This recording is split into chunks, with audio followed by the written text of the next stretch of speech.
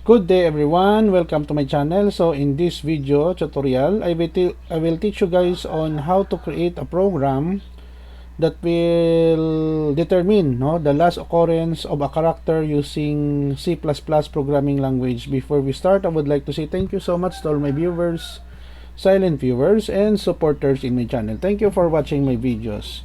If you are new with my channel and then you like this video, please hit the like button. Don't forget to share and please support my channel guys by clicking the subscribe button. So let's begin. We have here two library file. I sharp include IO stream for input output. Basically this library file is very important in any C++ program. So it will allows us to use basic command like console out, console in, among others.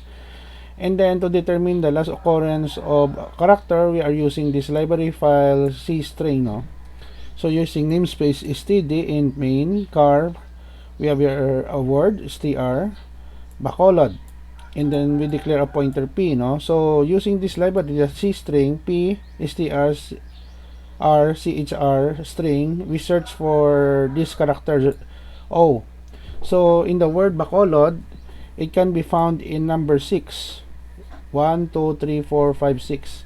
So console out last occurrence of O is P minus str plus 1, and then we close. Okay, so let us go with our online compiler so that we can test our code.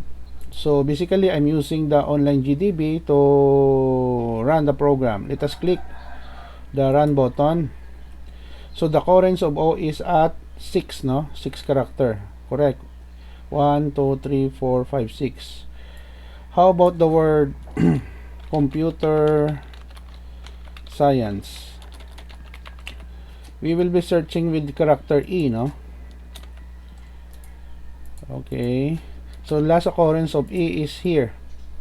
So when we run our program, it will return to 16.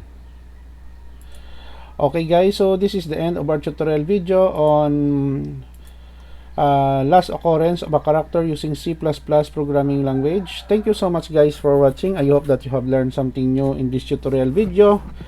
Don't forget to like, share, and please support my channel guys by clicking the subscribe button. See you in the next video tutorial guys. This is your friend Jake saying bye bye for now.